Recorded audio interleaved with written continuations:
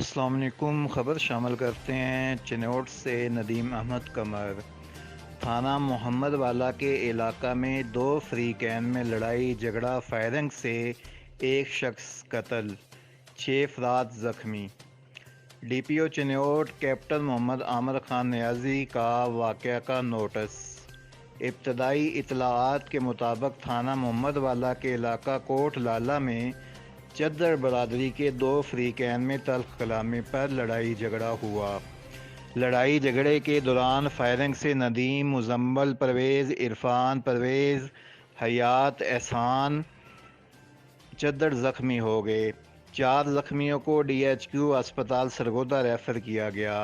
ندیم زخموں کی تاب نہ لاتے ہوئے ہسپتال میں دم توڑ گیا۔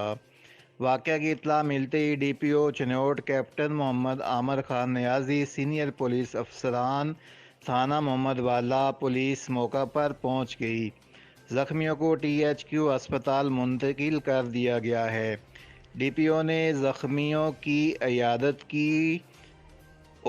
متعلقہ افسران کو فوری طور پر قانونی کارروائی کرتے ہوئے ملزمان کی گرفتاری کی ہدایت کر دی۔ واقعہ کی تحقیق و حسب ضابطہ کارروائی جاری ہے۔